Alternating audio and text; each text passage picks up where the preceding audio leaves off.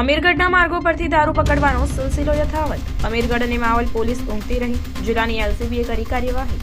માવલ અને અમીરગઢ ચેકપોસ્ટને પાર કરી ગુજરાતમાં ઠલવાયો લાખો રૂપિયાનો દારૂનો જથ્થો.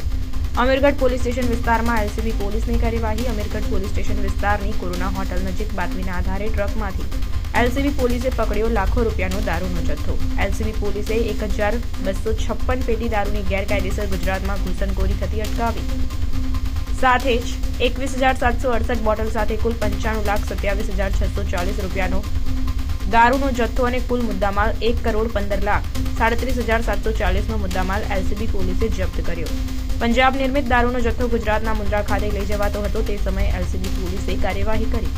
બુટલેગરો યેનકેન પ્રકારે ગુજરાતમાં દારૂની ઘૂસણખોરી કરાવતા હોય છે, જ્યારે ફરી એકવાર બુટલેગરોના બદઇરાદાને લઈને એલસીબી પોલીસે સફળ કાર્યવાહી કરી છે. વિચારવાની અને પ્રશ્નની બાબતો એ બની કે ચેકપોસ્ટ પાર કરી આટલી મોટી માત્રામાં દારૂનો જથ્થો પહોંચ્યો ગુજરાત બોર્ડરમાં. રાજસ્થાનના રીકો પોલીસ સ્ટેશનના પોલીસ જવાનો અને અમીરગઢ ચેકપોસ્ટ પર ફરજ બજાવતા પોલીસ જવાનો શું કરતા હતા તે પ્રશ્ન છે. અમીરગઢ તાલુકાના માર્ગો પરથી છેલ્લા અઠવાડિયા દરમિયાન કરોડો રૂપિયાનો દારૂનો જથ્થો પકડાયો છે.